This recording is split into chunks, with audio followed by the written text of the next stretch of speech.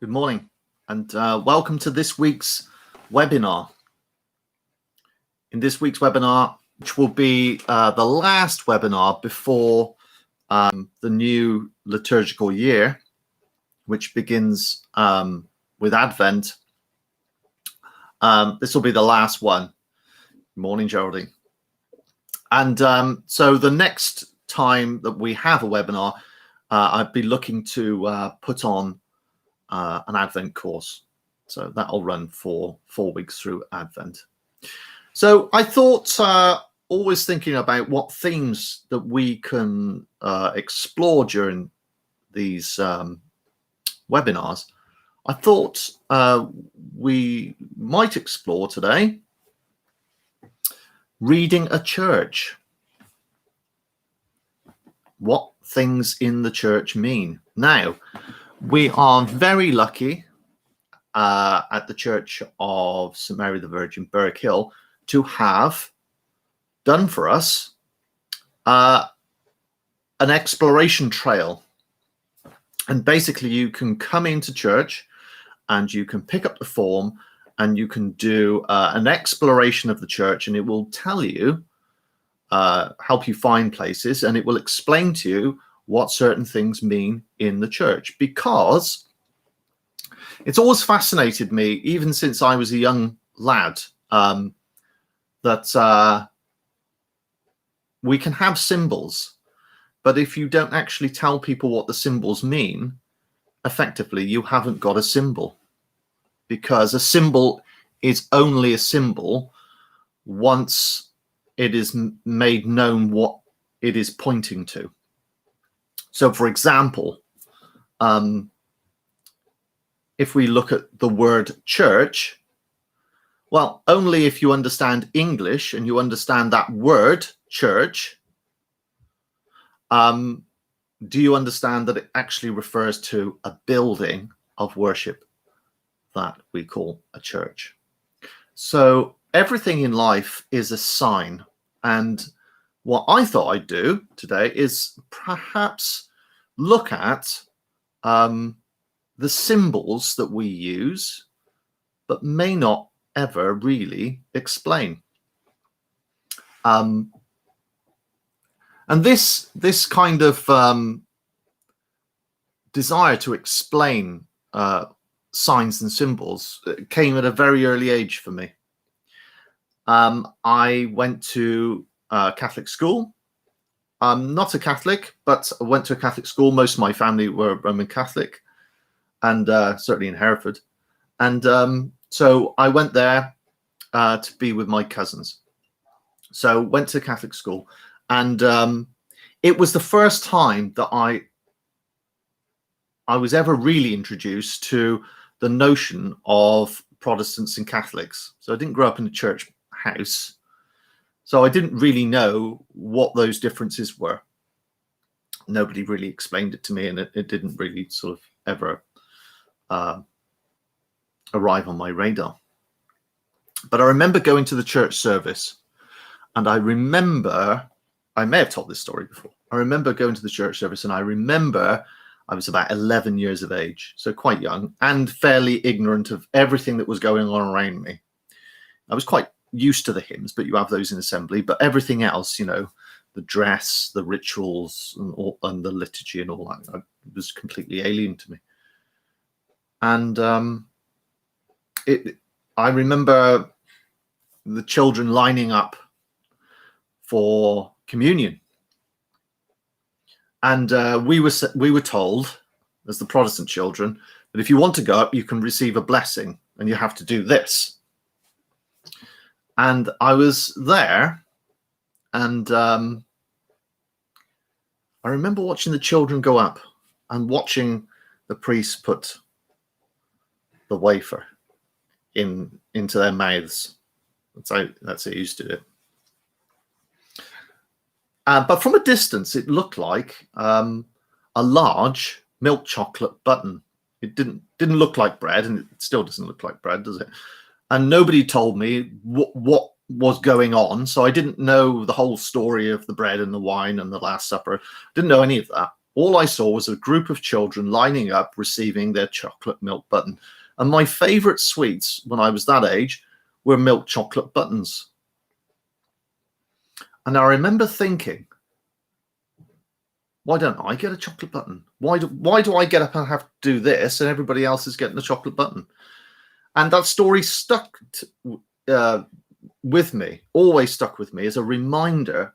If you don't actually tell people what is going on and what is happening, you leave people to draw their own conclusions.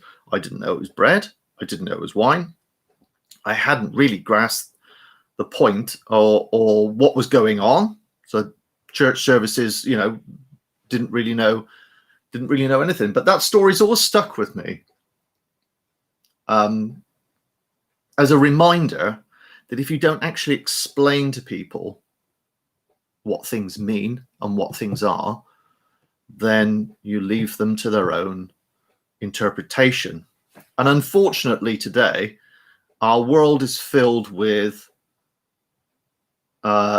innumerable interpretations of things, because what we've done as a church, largely, not always, but largely, is we've failed to explain the Christian message and what things mean. And therefore, you leave people to make up their own interpretation of what things mean. For example, the greatest sort of glaring example of this is the Da Vinci Code. Leonardo, Da Vinci's picture, which apparently has Peter and Mary Magdalene next to Jesus, not John the Apostle. Well, if you have such a limited view of art history and theology, then you are able to get to such ludicrous notions of what things mean. And that's the part of the problem that the church faces. Is our job of our age is to rescue it from misunderstanding. That is really at the heart of what we're about in this age. Alistair McGrath, that's his phrase. I paraphrase him, but I think that hits the nail on the head. So we have lots of people coming to our buildings. We have lots of people look at our services online. We have lots of people who see things and may not really know the story of the things they see, what they mean. Equally, I would say that in the church, historically, we've not been very good at explaining things, and therefore lots of people in the church probably don't know what things mean. There are things in the church that I don't know what they mean. But over the years, you kind of pick things up, and being the vicar, you become. I wouldn't say I'm particularly interested in buildings, particularly. I'm interested in beauty and So I like architecture and art, and I like the aesthetics of beauty and things like that. And I love history, and I love that sense of things. But in terms of what things mean, I've not always been that attentive. But I'll give you just an illustration. I took a service for a group of elderly ladies years ago, and just before the service started, I had on my stole, and it was this stole. And this is a very ancient Christian symbol. This is an X, and it looks like a P, but actually these are Greek letters. And the P in Greek is an R sound. And the cross is a CH. So when we say Christmas, we put Xmas. Well, this is where we get it from. So you've got C, H, and R. It's the first three letters of Christ. And this was actually probably the earliest, one of the earliest symbols of Christianity. And it was made popular. Well, it came about, so we're told, from the vision of Constantine before the Battle of the Milvian Bridge in 313. I think it was 313 or 312. 313, I think it was. And at that battle, Constantine prevailed. But before the battle, the story is told that he saw a symbol in the sun, and it was a cross, and there was a banner above the sun that said, "In this sign, conquer." And he had this symbol painted on his soldiers' shields and so forth. They went into battle. They made a banner of this and went into battle and won. And he ended, because he won, he ended the persecution of Christians in the West. Later, he stopped the persecution of Christians in the East. And this is a very old and ancient symbol. But it is upon a stole. And a stole is a long piece of cloth that all priests and deacons and bishops wear. Now, if you're a deacon, you wear it across your heart like this. Oh, actually, I think you wear it across like this if you're a deacon. And if you're a priest, you wear it down. So that's how you know if somebody is a deacon or if they're acting as a deacon or a priest. Okay, so a priest has it down, a deacon has it across. Okay, and it's called a stole. And the reason you wear this is the most important garment, I think, that you wear during a service, a sacramental service anyway. Because this garment reminds the priest that he is a servant. He's a servant of God and he's a servant of the people. And it's based upon the towel of Christ that Christ wrapped around his waist and dried his disciples' feet. So it's a garment of it's to remind the priest that you're there as a servant. You're not there to be served. So it reminds you of your office of servitude. That's what it's for. I remember asking these group of ladies anyway, what did they know what this was? I mean, they'd seen, since they can remember, they've seen clergy wear these stoles, all of them. And they didn't know what it meant. And it wasn't to their shame, but I think it was to the church's shame for not actually explaining the meaning behind the symbols and the signs that we have. And you could argue that actually, if you don't explain the signs and the symbols, then they're not worth having. But anyway, that's just a couple of anecdotes about why it's important to explain. Now, the first thing I want to do is I want to take a sort of walk through a church and think about the things that we would see. Now, I've done this with children loads of times, and it's really good fun. So when you go into a church, so you walk in, and usually, not always, but usually at the back of church, the first thing that you'll meet by the door is the font. Okay. Now, the font it comes from a Latin word, fons, and it's basically the bath. That's what it means. Okay, and you normally find fonts by the door. And the reason you find them by the door is because baptism is the beginning of the Christian life. So I think we sometimes miss this. We sometimes think of being a Christian in terms of a set of precepts and doctrines. It's part of it, but actually being a Christian is a way of life. It does have its doctrines, but I think in the West, particularly in the West, we've over-egged the theological puddings, so to speak. And actually, what we need to do is get back to thinking about Christianity as a way of life, a way of being a Christian, rather than simply ticking the boxes of what Christians believe. I think that sort of bogs things down and it stifles life and love. So the baptism is the beginning of the Christian life. And so that's why fonts are normally by the door, because the whole building, a church, basilica, chapel, whatever you want to call it, they symbolize But actually, I must caveat that they don't always. So you might have nonconformist halls, which are specifically non.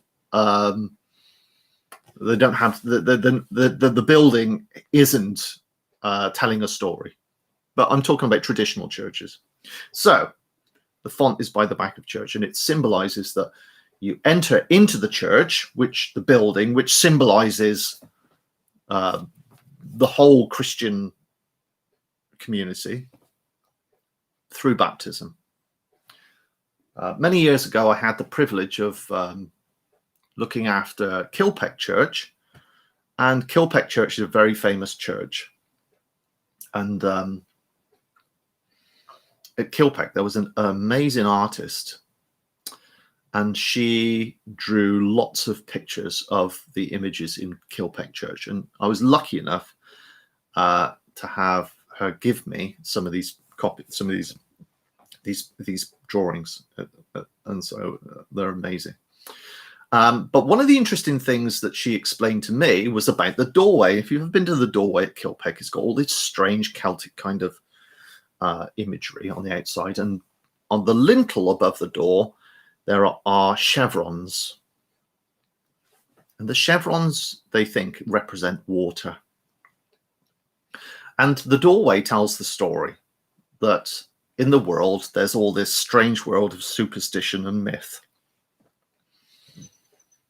But as we go through the door, we go under the water of baptism, the chevrons, and we enter into a new life of revelation. And that's what that symbolizes. And it's all built upon the principle that baptism is the first, is the way into the Christian life. So we're baptized into the name of God, not names of God, name of God. And the name of God is threefold: Father, Son, and Holy Spirit.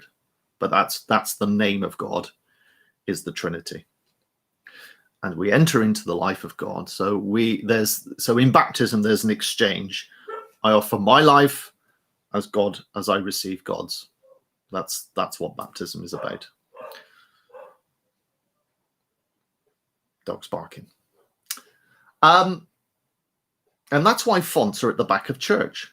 They symbolize that beginning of the journey. Now, at Birkhill and other places, we're lucky enough to have a lead font. Now, the one at Birkhill actually was destroyed and was remade about, I think it was in the 19th century. Not quite sure, but it's a very ancient tradition to have lead fonts. And going back to the story of Constantine, it was very common for missionaries years ago, back then in the Roman period, to carry around lead vessels. And they would baptize soldiers on the battlefield in lead containers. And that's where the tradition came from, of using lead. There's probably more to it. There's much more to it that I'm no expert on this kind of thing. But I know that they, in the Roman period, they used lead containers to baptize soldiers and people. So a sort of wandering font, if you like, or mobile font. Also on fonts, you'll often find images carved, and you'll sometimes find those images having been defaced. And that's because back in the Reformation, after the Reformation, there were attempts to reconfigure how society understood the Christian story. But that's another story in itself. So we begin by baptism. So we walk in, and at the other end of the church, we normally find a table. Sometimes we call it an altar or an altar table. In the ancient world, altars were very much a sort of a pagan thing when Christianity came along. And in Christianity, it was very much to do with having a table. However, I mean, just want to nuance this, is that the pagans, you would say to the Christians, but you don't have an altar to worship God. And the Christian would say, we do have an altar. It's called a table, and there we share the feast of the Lord. So the idea of table becomes very much sort of morphed into this idea of altar. Now, people get very animated about this notion of altar and table.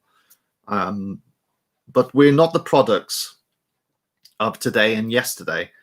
We're the products of an immense history. And you can't set your self aside from your history. So the history of altars is altered. And what we have in terms of that in Christianity is an altar table. So, but there, at the end of the church, we have a place in which symbolizes, in which happens, we share the feast of the Lord, the body and the blood of Christ. Bread for his body, wine for his blood, gifts from God to his table we bring. That's what we say. And it symbolizes that meeting place with God, which is what altars symbolize. And they are. Altars are places where you offer something to God and you receive something from God. But the table, the altar table, is exactly that, but in a completely new and different way, where instead of God being absent, God is present. And there present, God gives to us his life in bread and wine. And so at the end of the church, it symbolizes there is that image of friendship, fellowship, and hospitality of God. So the journey begins in baptism and the journey ends in the wedding banquet, as it says in scripture, the feast, the meal. And so that is the entire sort of story from one end, Alpha and Omega, from one bookend to the other of the Christian life. Whenever I think about the altar in that sense at the end of church, I always think about the story of Emmaus, where after the resurrection, they meet Jesus, but they don't recognize Jesus. And Jesus sits down and breaks bread and he disappears. And the inference being, Christ is now present to you in another way. Yeah, the bread. But his presence is there. Your heart should burn. And so it symbolizes that sort of, it reconjures that sense of sitting and eating with God. I mean, what greater union is there than that? But that is, so you begin in baptism, and the whole journey of the Christian life is towards being with God. And that meal, elements of bread and wine, symbolize that eternal meal in which we will always be sat reclining upon the breast of Christ, engaged in an eternal symposium, if you like. So those are the two bookends of the Christian life. And that's why the altar is one end and the font is at the other, because it symbolizes that journey into fellowship with Christ. Okay. So we begin through atonement, washing, and we move towards consummation, wedding banquet. So those are the two bookends in the church. But there are other things. So I always find it interesting with stained glass windows. Now, what's the point of stained glass windows? Well, years ago, they didn't actually have stained glass. They used to paint the glass. But the whole thought about stained glass windows is that you actually tell stories. This is one of the things that we're not very good at in the church in some ways today. Not very good at telling stories. We're certainly not very good at telling our own story. I've told my story. But I know that everybody has a story. You may not think your story is very interesting or important, but I assure you, to others, it will be. I love stories. I love a good film. And actually, a good film is got nothing to do with the big celebrities or the big budgets. It's all to do with the story. If you've got a great story, you've got a great film. And that's just as simple as that. We all love stories. Now, in the ancient, in the pre-sort of modern world, illiteracy was really quite high. In fact, general education, I think, came in something like 1870. I could be off there, but which was brought about by the church. So you can thank the church for general healthcare and education. And the illiteracy was quite large. And so the windows or the artwork actually helped people visualize the stories that they would have heard from Scripture. Now, there's good things and bad things about that. But the one thing, I'm not particularly interested in stained glass windows in that sense. The thing that really I love about stained glass windows, which is why I particularly love the one at the back of Birkhill Church, is the colors, the vivid colors of light that come through, the refracted light, you know. So, and yeah, so I love the aesthetics of color, but in terms of conveying stories, we've all moved on, haven't we? It's a completely different age, but I still love stained glass windows because of the history and of the story it still tells, in a sense. I used to have children in from the school, and I very often used to stand them before stained glass windows and ask them what they could see. And it was amazing, the same image that they all saw, but they all saw different things.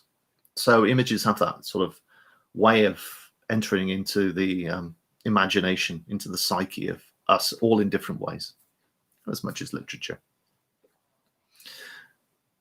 So that's the story of stained glass windows. It tells a story.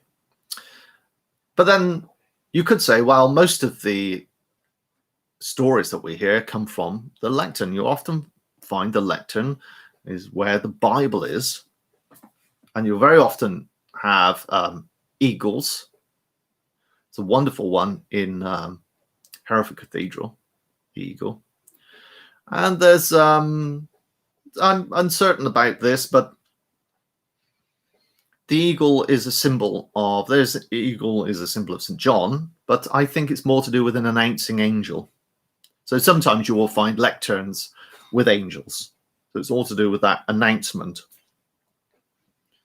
And that is where you find the Bible in church, largely. And that's where we hear the stories that we sometimes see in stained glass windows. Another thing that we often find in churches are carvings. If there's a wonderful carving before the age of stained glass in Stretton Suggest Church, St. Mary Magdalene's, of Samson closing the lion's mouth. If you haven't been there to look at it, you won't get there these days so much because the church is closed. Well, during the day anyway. But there are some wonderful pictures about it, and those were the sort of more ancient versions of stained glass. They were carved images that told the community the story. And in the Celtic age, Christianity was very much presented within that culture of being of giving strength. It was very much a warrior class then. So Samson was a big figure in those days, and so we're very interested in that, and they're very interested in Christ as the victor, as the warrior, spiritual warrior kind of thing. So you do find carvings. Not all the carvings are of a religious nature. Sometimes you find carvings of a more sort of secular nature. Sometimes there are monuments to all sorts of things. And sometimes there are just references to nature. Again, I think sometimes people read too much into those, and Kilpeck Church being a great example of people getting a little bit too excited about Celtic art in some ways. So you have that. You also have pulpits in churches. We all know pulpits, but pulpits only actually arrived, I think it's during the 14th century. So they're a rather late invention in terms of church. Most people, when they went to church before that age, would go to church. They would not receive communion. They would go for the elevation, so that the priest would celebrate communion, and he would elevate the host, and you would be there for that, and then you would leave. And sometimes they would leave and go to the elevation at another church, because the important thing was about being there. It wasn't really about understanding what was going on. A different age. But actually, the pulpit was an invention in order to try and counteract that ignorance and try and bring people up to a level of understanding and to inspire them in the faith and instruct them in the faith, which they hadn't been instructed in that age. So the pulpit was an invention of necessity, like most things are. So it was invented in order to communicate the faith a little bit better. Now, before that, there weren't such things as pulpits, really. In the ancient world, bishops were usually the ones that preached, and they would preach from their chair. They would preach sitting down, and they would normally be on an elevated platform, so the congregation would be stood. No pews in those days. The congregation would be stood, and they would probably be eye level or slightly lower than the bishop, and he would sit in his chair and he would preach to his standing congregation. If you go to sort of more orthodox churches, they tend to have a greater tradition of standing. So you would go and stand for the service. The idea of sitting for a service is relatively new, so to speak. So we have those things. Some churches are lucky to have more elaborate storytelling facilities. At Berwick Hill Church, at the back of church, we have a reredos, and there is one in Stretton Suggis as well. And I could get on to Morton, but I'll save Morton for last, because Morton's quite a special case. So at Berwick Hill, you have a reredos, and everything on there is a sign. You have the four apostles, you have the four evangelists, Matthew, Mark, Luke, and John, and they're all symbolized by what they hold. So if you ever get a chance, go and have a look. And the church trail will help you. And on there, you have the announcing angels. You have the four angels. So you have Michael, Gabriel. Does anybody know the others? Raphael and Oriel. So you have the four angels. And on there, you will find all kinds of symbols. And it's all about the faith. Interesting thing is, at Berwick Hill, we have a lump of stone that comes out of the reredos at the back of church, and on which is a cross. Now, what most of you may not know is originally that stone was probably there, which would have had a statue on it. And later on, it may have had what we call a tabernacle. But tabernacles were rather late, actually. You might have had a holy house somewhere for sacrament. I suspect it was probably a statue on there originally. But that goes way back. And also in Berwick Hill Church, if you look at the thing that I'm going to talk about next, is the rood screen, which divides the choir section from the nave. Beautiful screen. They were quite common in churches as well. And they were called the rood screen. And the reason they're called the rood screen is because rood is I think it's the old Saxon word for cross. And on the screen, above the screen, you would have a crucifix. You'd have St. John on one side and St. Mary on the other. That's kind of how I think there's one in All Saints Church that's still there. So what we have today, post-Reformation, is lots of rood screens without a rood. So in Birkhill, there would have been a big cross above that, and that screen would have divided off the two areas in which churches are divided. You have the nave, which is actually for the general population, and beyond the rood screen, you have the area for the clergy alone. And at the top end, you have the sanctuary, which is the highest part of that chancel area. Now, traditionally, years and years, when the church was first built, and these churches were first built, lay people would never have gone in the chancel area, largely. They would have been confined to the nave, and the nave would have been sealed off from the chancel area. If you ever go to an Orthodox church, you can see an icon screen, iconostasis, I think they call it, and that tradition is still very much alive in the Orthodox Church, where the priest comes out of that area and goes back in, but people don't, and it's all based upon the temple, the area of worship and the Holy of Holies. That's the idea behind that. So rood screens are really, I think actually rood screens are one of the most beautiful features of a church. I love this. They've got so much history, so much character, and they're so beautifully made. I don't know which one my favorite one is. There's a wonderful one at the church just across the border at Patricio. That's St. Issues Church in Patricio. And I think there's a lovely one. Is it St. Margaret's Michael Church? There's one out there somewhere. I can't remember it now, but it's got a wonderful rood screen.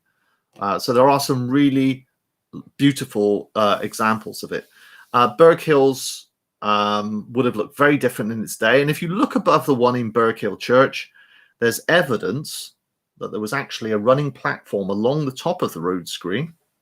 And there may well have been an altar on top of the rood screen.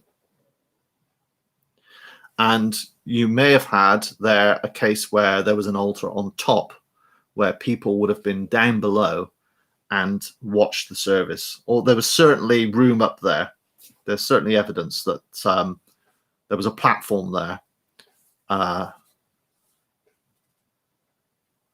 The cathedral rood screen is in the V&A at the Museum London. Yeah, so these rood screens are, they are lovely, and always take notice of the rood screens whenever you go in, because in many ways they harness the heart of the story of the church, so they're very important parts of church. They look very different than what they did in the day. Rood screens are very important, but they're the place where the congregation would have met and been confronted with the cross of Jesus at the crucifixion, and the elevation would have happened, and the whole idea of Christ, the sacrifice of Christ, would have been a central feature of medieval worship, in which the period they were made. They're very much a central feature, and it was a way of embracing the wonderful gift of God for such helpless humans as us. There was a great reverence and a great understanding, even for those that couldn't read and write and didn't understand the story, but they understood that. They understood the importance of the centrality of the cross. But as Christians, we only ever look at the cross in light of crucifixion, don't we? In light of resurrection. So the cross for us is a victory because of the resurrection. So if we didn't have a resurrection, we wouldn't have crosses, because there wouldn't be much to proclaim, really, would there? So those are the rood screens. Now, the other thing, there's lots of other things in church that we have there's two things that I want to talk about. Lastly, we have banners in church before I get onto the last things. And the banners come from that story, Constantine. And banners are kind of have this sort of military flavor in which people have the banners in order to declare the victory of Christ. And that's what the banners were originally for. You go into battle with a banner to declare victory. That leads me on to something that we don't talk about very often, is the crucifer. The crucifer carries the cross. And we, at Berwick Hill, we have a very experienced crucifer who's been doing the job next week for 75 years. Was it? No, he's been at, oh, it might be 75 years. Was it 70 years? Anyway, but he's been doing it a long time, so he knows what he's doing.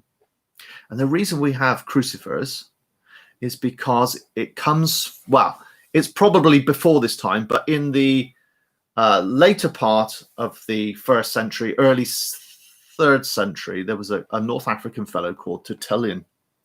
And Tertullian was an intellectual, and many of the words that we have in Latin and in English come from Tertullian.